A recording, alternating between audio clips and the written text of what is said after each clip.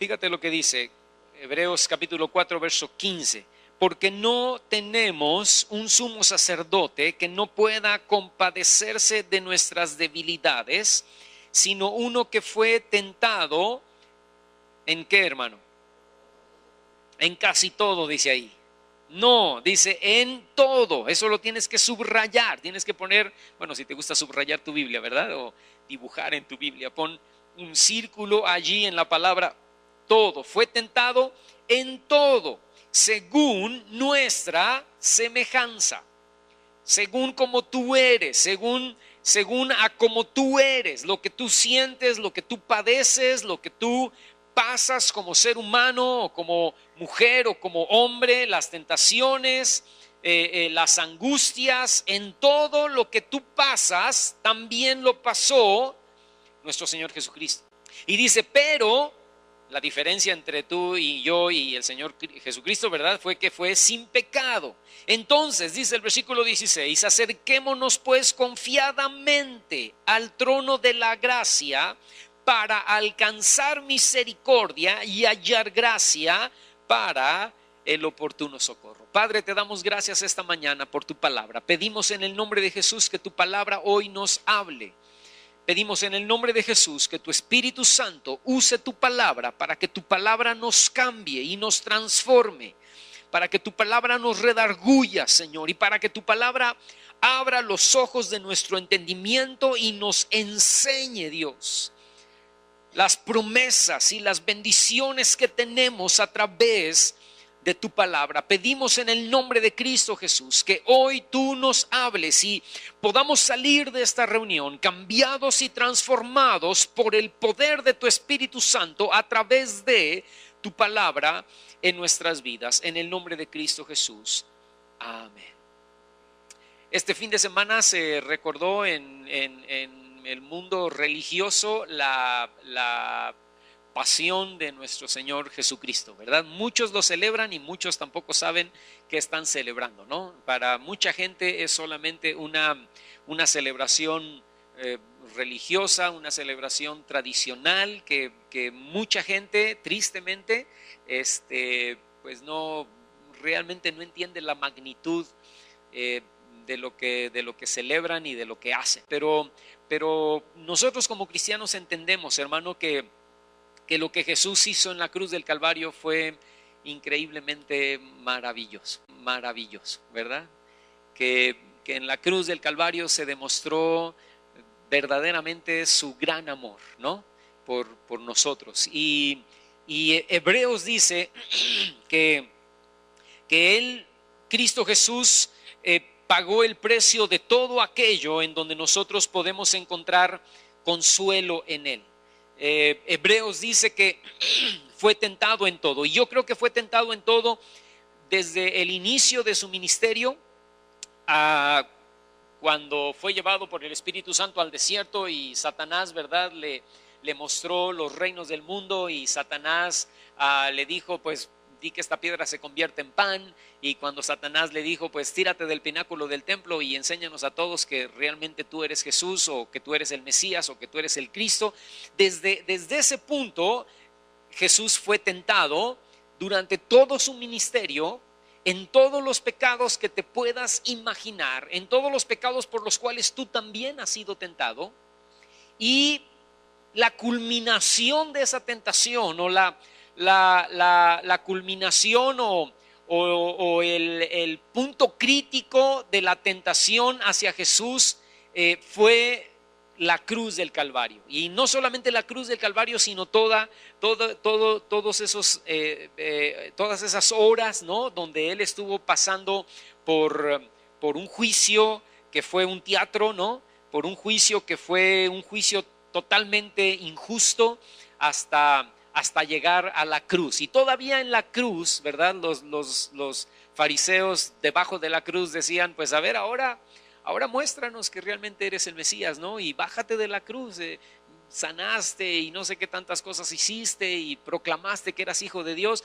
Ahora bájate y enséñanos y haz un milagro, ¿no?, de esa magnitud para que nosotros podamos creer en ti, ¿no?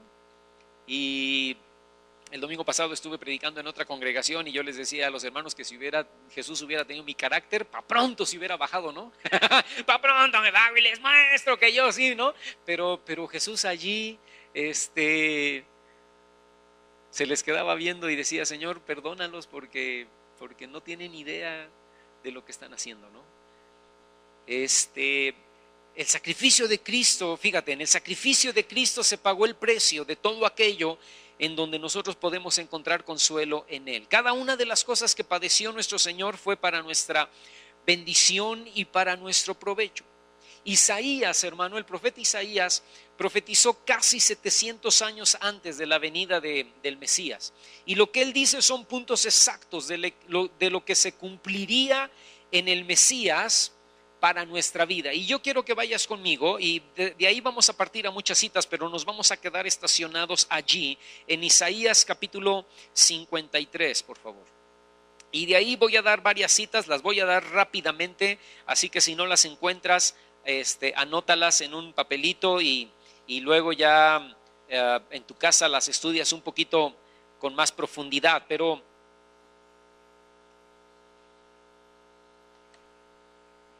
Isaías en el capítulo 53 y fíjate, Isaías profetiza y habla de varios puntos exactos que Jesús cumplió para nuestra bendición y que se cumplen en Él como hombre y que de alguna manera tienen relación en cuanto a nosotros para consolarnos en esas mismas áreas y para bendecirnos en esas mismas áreas. Amén. Entonces, cuando tú vas, por ejemplo, a Isaías capítulo 53, en el versículo 3, dice, despreciado y desechado entre los hombres, varón de dolores, experimentado en quebranto, y como que escondimos de él el rostro, y fue menospreciado, y no lo estimamos. Fíjate, solamente en ese versículo 3, de lo que nos está hablando, el primer punto que es para nuestra bendición es sobre el rechazo. Solamente en ese versículo 3 está hablando, fíjate, de haber sido despreciado, desechado, varón de dolores, quebrantado, como que escondimos de él el rostro, menospreciado y no lo estimamos. Escúchame, voltéame a ver tantito. Jesús sufrió de todo tipo de rechazo. La cita habla de desprecios, de quebrantamiento, de menosprecio, de falta de estima. Yo estoy convencido que seguramente Jesús desde niño fue menospreciado porque todos sabían la historia de María, porque era pueblo chico, infierno grande, ¿no? Y todos sabían que María no se había casado aún con José y había quedado embarazada. Y yo estoy convencido que Jesús era el hijo, ¿cómo se dice? Bastardo de José.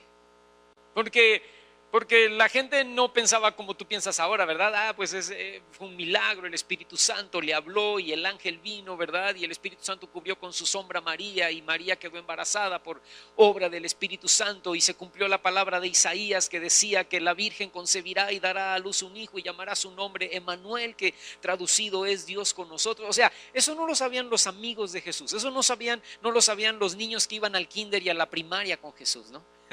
Eso no lo sabían los vecinitos de Jesús. Las señoras vecinas de María, si se dice así, cuchicheaban, ¿no? Entre ellas, ¿no? Y quedó embarazada, no me digas. Y luego se casó. Bueno, José, como es buena gente, ¿verdad? Se casó con ella, pero se embarazó antes. Y ve tú a saber si es de José, ¿no? Y entonces Jesús era el hijo bastardo, Jesús era el señalado, ¿no? Jesús era el que tu papá realmente no es José. Entonces desde niño yo estoy convencido, hermano, que Jesús fue rechazado, y eso lo corrobora después los evangelios, porque dice que los fariseos venían con Jesús y le decían, nosotros no tenemos pecado, nosotros no somos hijos nacidos de fornicación, como tú comprenderás, Jesús. Y Jesús no se inmutaba, o sea, Jesús sentía el rechazo, ¿verdad? Y la falsa acusación, pero Jesús obviamente no se inmutaba, no le dolía, pero él fue rechazado, ¿no? Isaías 49, versículo 15. No pierdas de vista Isaías 53. Deja una marquita ahí porque vamos a estar regresando. Pero allí mismo en Isaías, en el capítulo 49, unos capítulos más atrás, en el versículo 15, Dios pregunta: ¿se olvidará la mujer de lo que dio a luz para dejar de compadecerse del hijo de su vientre? Pregunta: ¿habrá alguna mujer que se olvide de su hijo o de su hija? ¿Habrá alguna mujer que rechace a su hijo o a su hija? Yo pregunto esta mañana: ¿habrá alguna mujer así, hermano? Y yo digo, sí hay mujeres así. Raras, pero sí hay mujeres así, ¿no? Que se olvidan del hijo que tuvieron, que se olvidan de la hija que tuvieron. Dice Isaías 49:15, aunque olvide ella, yo nunca me olvidaré de ti. O sea, aunque tu padre y tu madre te rechacen, dice Dios, yo no te voy a rechazar. Aunque amigos te rechacen, aunque los compañeros de escuela te rechacen, aunque los vecinos te rechacen, yo, dice Dios, yo no te rechazo a ti. O sea, si alguien tan amado, si alguien tan cercano a ti como tu madre te pudiera rechazar, y de allí todos los demás, amigos, vecinos, familiares, compañeros de trabajo, si las personas te rechazan, dice el Señor, yo no te rechazo. Fíjate, Jesús comprende, Jesús entiende, hermano, cuando nosotros somos rechazados, porque Él mismo sufrió todo tipo de rechazo. Él mismo sufrió el desprecio, él mismo sufrió el quebrantamiento por ser menospreciado, por ser no estimado. Ahora, yo pregunto esta mañana, ¿cuántos de ustedes fueron rechazados? ¿Cuántos de ustedes fueron o están siendo todavía menospreciados o no estimados, ¿no? Algunos a lo mejor pudieron haber sido rechazados por sus propios padres. Algunos a lo mejor fueron rechazados porque, no sé, probablemente hubo un divorcio en su familia, en sus padres, y a lo mejor tu papá y tu mamá no te rechazaron, pero el divorcio marcó en ti una actitud de wow, siento que mis papás al divorciarse también me rechazaron a mí, o que se divorciaron por mi culpa, ¿no? ¿O cuántos hemos sufrido el rechazo de algún familiar, ¿no? De alguna abuela o algún tío, alguna tía, ¿no? Que nos hizo menos, o rechazo de nuestros compañeros de escuela, ¿no? Porque a lo mejor no fuimos muy buenos para deportes, entonces cuando hacían equipos de fútbol, y eso me pasaba a mí, ¿no? Yo era el último en ser escogido, porque aparte ni me gustaba el fútbol y no sabía jugar fútbol, y luego mi complexión física pues no era así como de futbolista, ¿no? Entonces escogían a fulano, a sutano, a mengano, a perengano, yo a este, y yo quedaba al final con otros dos, ¿no? Y decían, bueno, pues ya que, pues a Daniel, ¿no? Que venga y forme parte de mi equipo. Y escúchame, y eso a una persona de, no sé, 30, 35 años, pues a lo mejor ya no le ofende, pero a un niño de, no sé, 5, 6, 7 años de edad, pues es triste, ¿no? Es lastimoso que, chispas, me escogieron al final, ¿no? Jugaba más de estorbo que de otra cosa, ¿no? Entonces, ¿cuántos fuimos rechazados por nuestros compañeros de escuela? ¿O cuántos seguimos siendo rechazados por nuestros compañeros, por ejemplo, de trabajo, ¿no? ¿O fuimos rechazados por algún cónyuge? ¿O por alguna muchacha que no nos quiso hacer caso, ¿no? O un muchacho que no nos quiso hacer caso y no aceptó el ser nuestra novia, o nos rechazó como nuestro novio, ¿no? No sé si me estoy explicando, hermano. O alguna esposa o algún esposo que nos abandonó, que se fue, que nos dejó. ¿Cuántos hemos pasado rechazo por nuestro físico? Porque somos muy altos o muy chaparritos o muy gordos o muy flacos, o por el color de nuestra piel. ¿Sí o no, hermano? ¿Han pasado? A ver, díganme, porque a lo mejor yo nada más aquí he pasado solito, ¿verdad? Y todos ustedes dicen, pues hermano, no sabemos de qué nos está hablando, ¿no? Pero ¿cuántos han pasado rechazo? A ver, levanten su mano. O porque no éramos muy listos en la escuela, a lo mejor sufrimos un rechazo por alguna maestra, ¿no? Que nos balconeó ahí delante de todos los demás compañeros del colegio. Es terrible, hermano. Y fíjate, ese tipo de rechazos en la niñez nos marcan para toda nuestra vida. Y después cuando somos adultos, por eso no nos dejamos, ¿no? Y por eso, ¿por qué te ofendes tanto? Porque no te invitaron a la comida de Año Nuevo de la oficina, ¿no? O sea, a todos les dijeron, menos a ti. ¿Y por qué te ofendes? Porque eso me recuerda cuando fui rechazado y no me escogían para el fútbol, ¿no? Porque eso me recuerda cuando fui menospreciado por esa maestra y todos en el salón se burlaron de mí, ¿no? Entonces ese recuerdo ahora lo traigo a mis 30, 40 años de edad a la oficina en donde todos se organizaron para la fiesta y el único que no avisaron y al único que no le dijeron fue a mí, ¿no? Y me duele, me lastima, pero déjame decirte algo, Jesucristo fue varón de dolores. Y Él puede consolarnos, Él puede sanarnos. Y no solamente eso, sino que así como Él perdonó, ahora nosotros también en Cristo podemos perdonar a quienes nos han rechazado.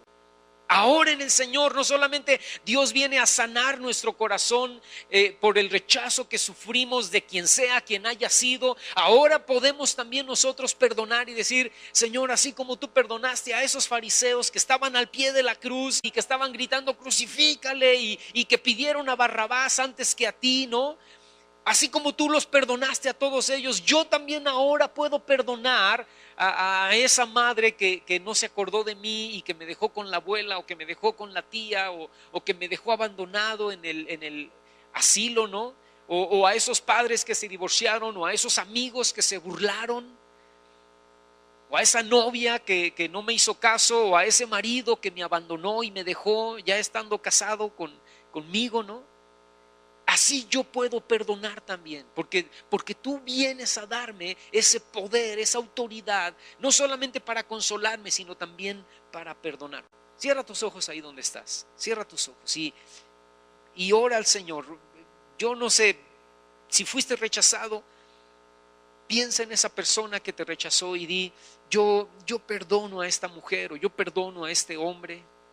O yo perdono a este familiar, o yo perdono a estos amigos o a estas amigas, o yo perdono a esta maestra, o yo perdono a este vecino que me rechazó, que me humilló, lo perdono en el nombre de Jesús. Y Señor, tú vienes hoy y pones bálsamo y pones consuelo y pones sanidad y pones restauración en nuestros corazones, en nuestros recuerdos, en nuestras memorias. Tu sangre derramada en la cruz del Calvario hoy sirve, Señor, para sanar nuestras vidas y para restaurar, Dios, lo que fue herido y lo que fue lastimado, Señor, en el nombre de Cristo Jesús.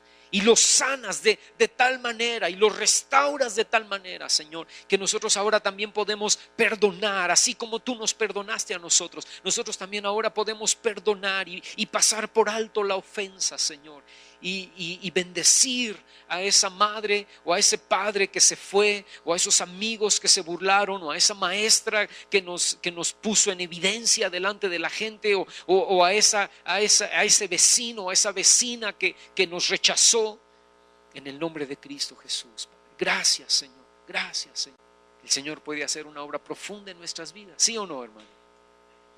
Vuelve a Isaías capítulo 53, fíjate en el versículo 4. Dice, ciertamente Él llevó nuestras enfermedades y sufrió nuestros dolores, y nosotros le tuvimos por azotado y por herido de Dios y abatido. Verso 5 dice, mas Él herido fue por nuestras rebeliones, molido por nuestros pecados. El castigo de nuestra paz fue sobre Él, y por su llaga nosotros fuimos curados. Fíjate qué beneficios hubo en la cruz. El primero es el beneficio de ser sanados del rechazo. El segundo es que somos sanados también de la enfermedad. Jesús padeció toda enfermedad. Yo estoy convencido, hermano, que estando allí en la cruz del Calvario, allí le cayó el cáncer, ahí le cayó la diabetes, ahí le cayó, o sea, Él estaba cargando con tu diabetes, Él estaba cargando con tu cáncer, Él estaba cargando con tu gripa, con tu dolor de cabeza, con tu dolor de, ¿cómo se dice esta parte de acá atrás? De ciática, ¿no? O sea, no solamente, yo no creo que solamente fueron los clavos y los latigazos, ¿no? 39 latigazos en su espalda. Yo creo que Jesús estaba ahí arriba en la cruz y estaba cargando con la neumonía y con cualquier enfermedad del hígado, de los riñones. ¿Entiendes eso, hermano?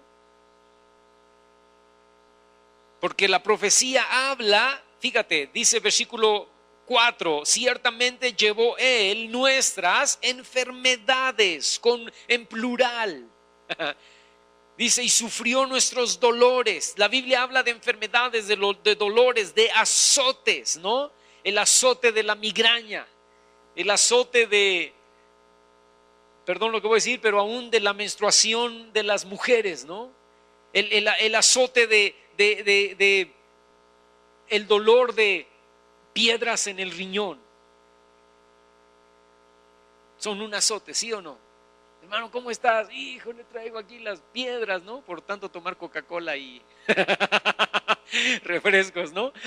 Y me duele la ciática, y me duelen los huesos, y mis rodillas, y mis dedos, ¿no? Y se me engarrotan, y me duelen las articulaciones, y la vista cansada, y ¿cómo se dice esto cuando no puedes ver de lejos? La miopía, y la otra es la estigmatismo, ¿no? Y las cataratas, y los triglicéridos, y toda suerte de cosas. Jesús lo pasó, hermano. Cuando nos sentimos molidos por la enfermedad, dice ahí en el versículo 5, dice, mas el herido fue por nuestras rebeliones, molido por nuestros pecados. Escúchame, hermano, no toda enfermedad que viene es por causa del pecado.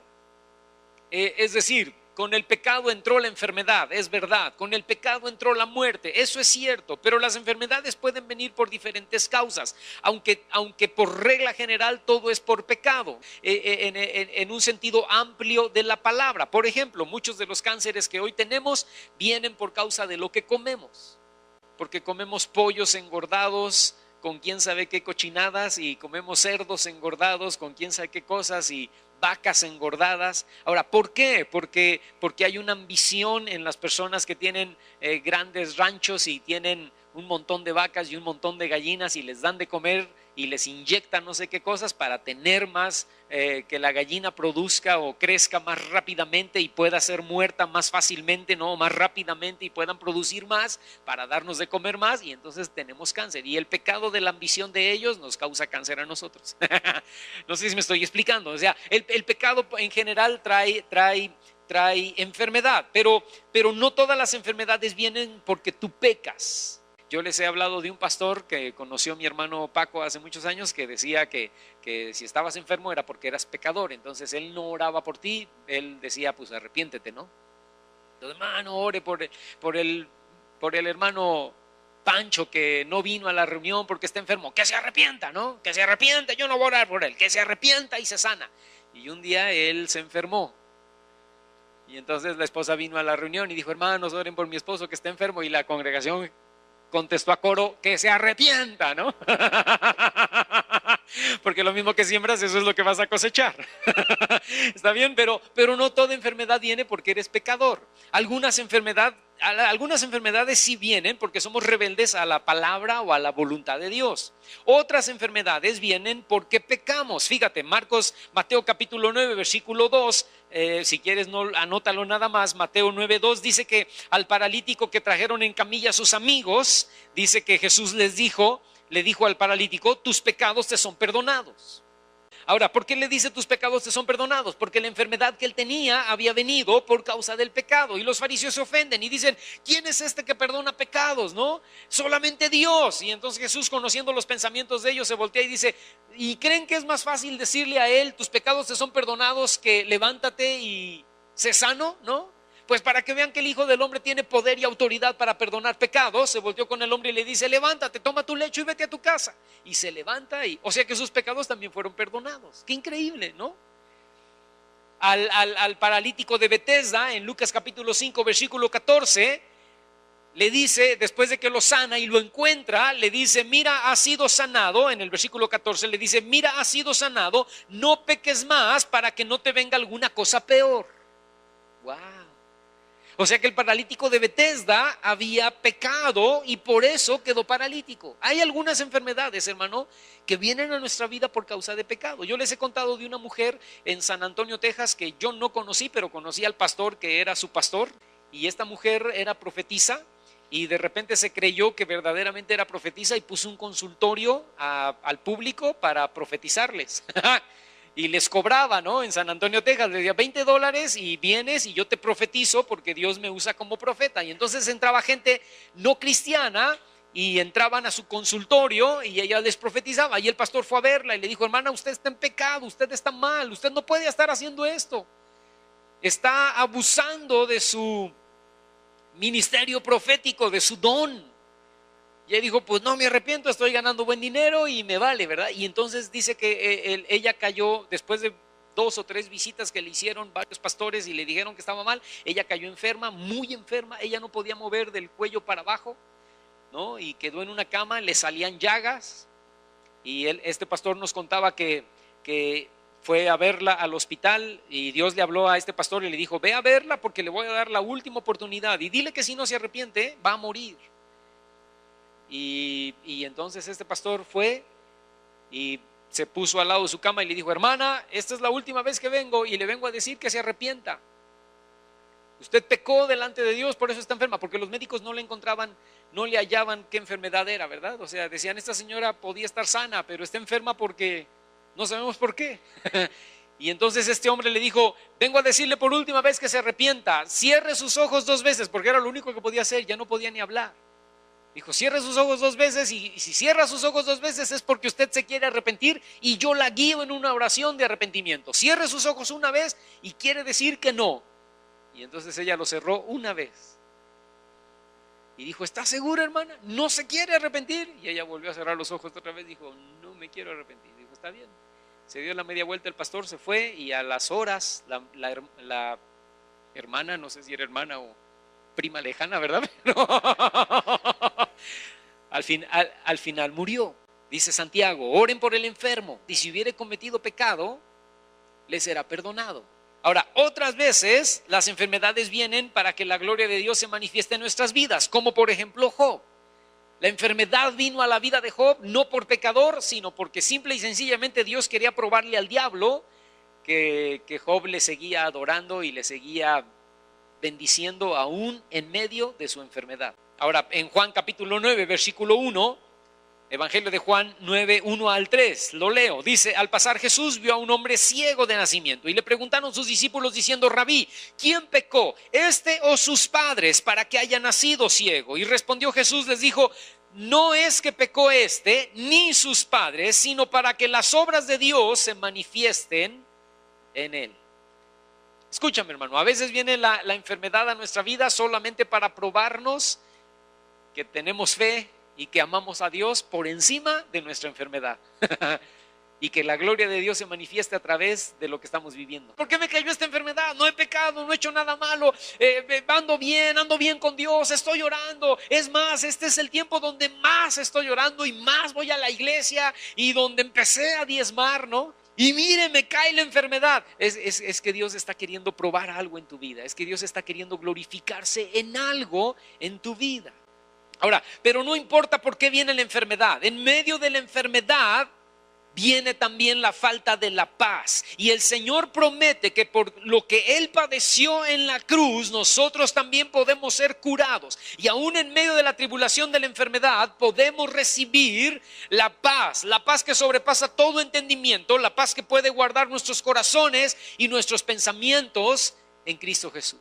No importa qué enfermedad tengas, Dios la puede sanar. No importa qué enfermedad tengas, Dios la puede curar.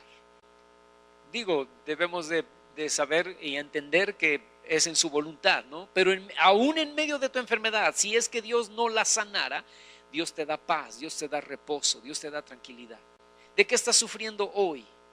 ¿Cuáles son tus dolores hoy? Yo hoy en la mañana me levanté y a veces me levanto todo doblado, ¿no? Y tengo que ir al baño y después, yo sé que después de como 10, 15 minutos ya me voy enderezando, ¿no?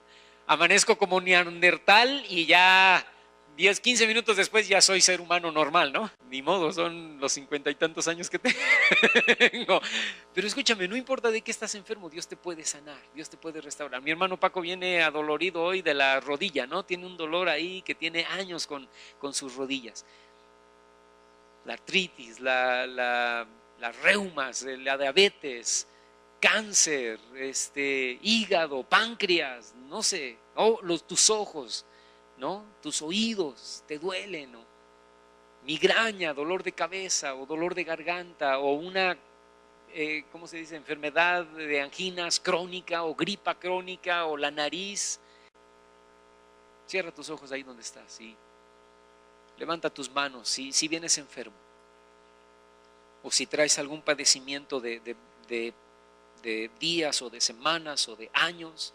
Y dile al Señor: Padre, en la cruz tú sufriste todo dolor, en la cruz tú sufriste toda situación de enfermedad. Tú llevaste allí mis enfermedades, desde la punta de mis dedos, de mis pies, hasta mis cabellos de mi cabeza, Señor. Todo lo que estoy adolorido, todo lo que estoy sufriendo, Señor, y padeciendo, y lo que me roba la paz, Señor, por la enfermedad, tú lo puedes hoy sanar y tú lo puedes hoy restaurar y tú lo puedes hoy cambiar. Mi enfermedades en mi cerebro o en mi corazón o en mis pulmones o en mi garganta o en mis ojos o en mis oídos o en mi nariz o en mis vías respiratorias, en el páncreas, en el vaso, en el hígado, en los riñones, Señor, en el estómago, en mi aparato digestivo, Dios. En mi aparato reproductivo, Señor, o en mis piernas, o en mis rodillas, o en mis codos, o en mis tendones, o en mis huesos, Señor, o en mis venas, Dios. Padre, tú lo puedes sanar, Señor. Tú lo puedes sanar, Padre. Tú pasaste por este dolor. Tú sufriste este dolor, Señor. Y hoy tú puedes venir a sanarme, a restaurarme, Señor. Límpiame, sáname, Dios, en el nombre de Jesús. Trae sanidad a mi enfermedad, trae sanidad a mi dolor, Dios. Trae sanidad, Señora, a mi padecimiento, Padre, en el nombre de Jesús. Y que en medio de mi enfermedad y en medio de mi dolor, Señor, venga tu paz que sobrepasa todo entendimiento, Señor. En el nombre de Cristo Jesús te lo pido. Amén, amén, amén. Amén. ¿Lo crees, hermano? ¿Lo crees? Fíjate, la tercera cosa, ve ahí, regrésate, Isaías capítulo 53, versículo 6. Vamos a leer ahorita el versículo 6 y nos vamos a saltar hasta el verso 12. Pero fíjate lo que dice Isaías 53, 6 y 12. Dice: todos nosotros nos descarriamos como ovejas, cada cual se apartó por su camino, mas Jehová cargó en él el pecado de todos nosotros. Por tanto, dice el versículo 12: yo le daré parte con los grandes y con los fuertes repartirá despojos, por cuanto derramó su vida hasta la muerte y fue contado con los pecadores, habiendo él llevado, escucha, el pecado de muchos y orado por los transgresores. ¿Sabes cuál es el tercer beneficio de la cruz del Calvario, hermano? El perdón de nuestros pecados. La Biblia dice que nos descarriamos como ovejas, que seguimos nuestros propios caminos de acuerdo a nuestra propia voluntad. Y esos caminos nos llevaron a caminos de muerte a la mayoría, si no es que a todos los que estamos aquí, ¿no?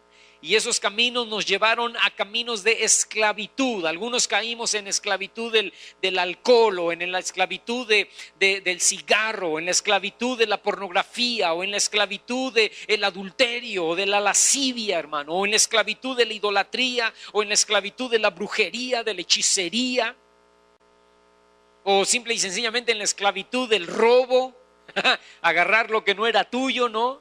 O de hablar de más y hablar de otras personas y ya no podías dejar de hablar de otra gente, pero Dios nos perdonó y Dios nos lavó con su sangre. A mí me encanta, uno de mis textos bíblicos favoritos es Miqueas capítulo 7 versículos 18 y 19. Y ahí Miqueas capítulo 7, 18 y 19 dice: ¿qué Dios como tú? ¿Qué Dios como tú? Que puede perdonar la maldad y olvidar el pecado. Fíjate, perdona y olvida. Dice que sepultó, que tomó nuestros pecados y los sepultó en lo profundo del mar. ¡Wow! Escúchame, hermano, eso es para pegar de brincos, ¿no?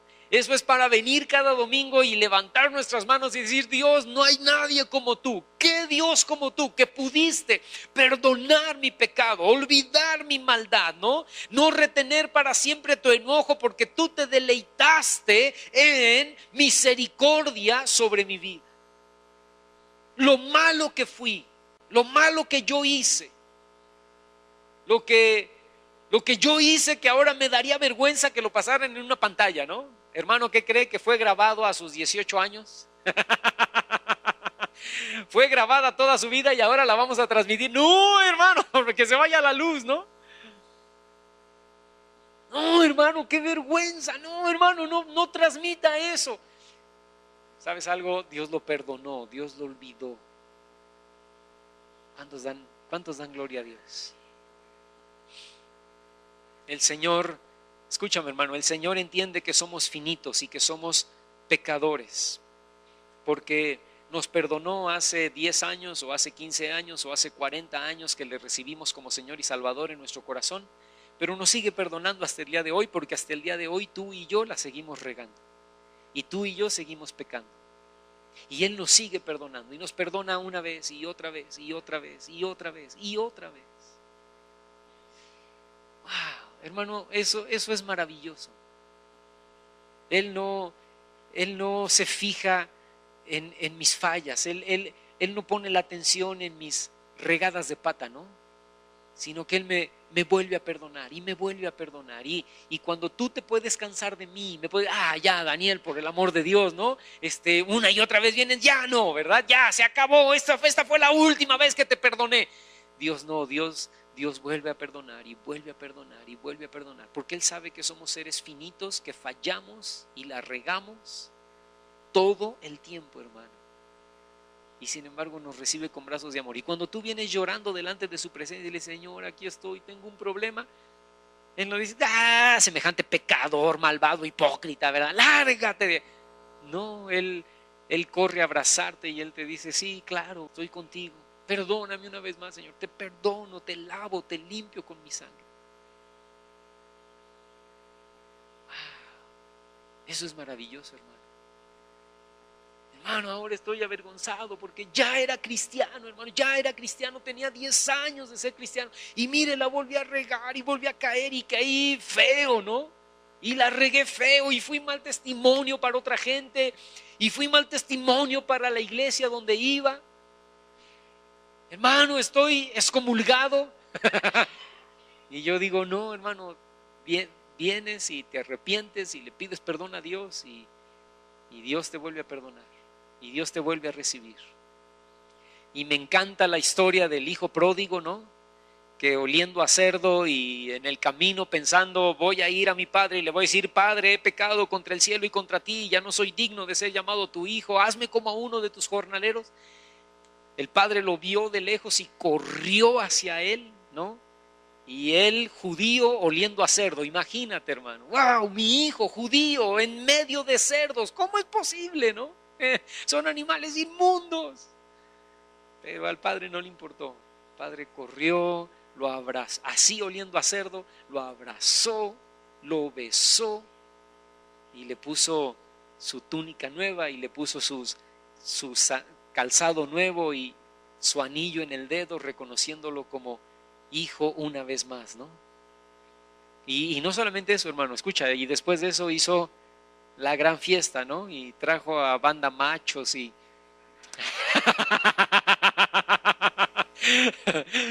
y aventó la casa por la ventana, ¿no? Porque su hijo había regresado y el hijo mayor le dice: oye, esto es injusto, yo he trabajado para ti todo este tiempo y no te he fallado y he sido fiel y ahora viene tu hijo que gastó su dinero con rameras y con amigos y que despilfarró toda tu herencia y le haces una fiesta. Y dice: porque estaba muerto, dice el papá, porque estaba muerto y resucitó. Estaba perdido y fue hallado. Ese es el gozo de Dios hacia nosotros. ¿Verdad que sí, hermano? La cuarta cosa, ahí en el versículo 10, Isaías capítulo 53, versículo 10. Fíjate, dice, con todo eso, Jehová quiso quebrantarlo, sujetándole a padecimiento. Cuando haya puesto su vida en expiación por el pecado, estoy en el verso 10, dice, verá linaje, vivirá por largos días y la voluntad de Jehová será en su mano prosperada. Fíjate, me regreso a la primera parte del versículo 10 donde dice, con todo esto Jehová quiso, ¿qué cosa, hermano? Quebrantarlo. Voltéame a ver, ¿cómo lo quebrantó Dios a Jesús? ¿O cuál fue el punto de quiebre de Jesús con el Padre? Fíjate, no fue tanto en la cruz, bueno, sí fue en la cruz, pero no fue tanto el dolor de la cruz o los clavos de la cruz o de los látigos o de la corona de espinas. El punto de quiebre, hermano, fue cuando el Padre se separó de él. El Padre no podía ver el pecado que Jesús estaba cargando y entonces el Padre quitó la vista y entonces dice que Jesús, Marcos capítulo 15 versículo 34, dice que Jesús clamó y dijo, Eloí, Eloí, lama sabactani, que significa, Dios mío, ¿por qué me has desamparado? Y ese punto, hermano, es el mismo punto que tú y yo pasamos cuando estamos en angustias y pensamos que Dios se ha ido, que Dios nos dejó, que a Dios no le importa lo que estamos pasando, que Dios ya no tiene control del problema y que estamos a nuestra suerte o a nuestra merced, ¿no? Que Dios ya no tiene caso orar porque Dios ya no nos oye. ¿Has pasado por algún momento así, hermano? ¿Has pasado por algún momento donde tú dices, ya ni para qué oro, ¿verdad? Dios ni me escucha. Mi oración siento que no pasa del techo. Siento que Dios ya se fue. Siento que Dios ya me abandonó. Siento que Dios ya me dejó a mi suerte, ¿no? Y Él ya no se está haciendo cargo de mi vida. ¿Has pasado alguna vez yo he pasado por tiempos así, hermano? Donde dices, ¿por qué me dejaste, Señor? ¿Por qué me abandonaste? ¿Por qué? Y ese dolor, esa situación tan difícil, donde perdemos a veces hasta la fe, hermano, Jesucristo la pasó y Jesucristo nos entiende. Y el Señor dice, no, aun cuando tú pienses que yo me fui, yo sigo ahí a tu lado. Aun cuando pienses que yo ya no estoy, yo estoy ahí. Aun cuando tú pienses que yo ya no tengo el control, yo tengo el control. Nada se ha escapado de mi voluntad. Todo está, perdóname lo que voy a decir, pero fríamente calculado.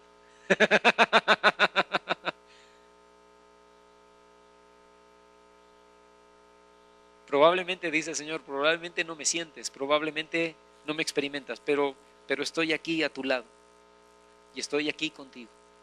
Y no te abandono, no te dejo, no te suelto. Aún en medio de todo te sostengo. Y es maravilloso, hermano, porque después de que pasamos por esos periodos, pasan años y volteamos y decimos, sí es cierto, Dios estaba allí.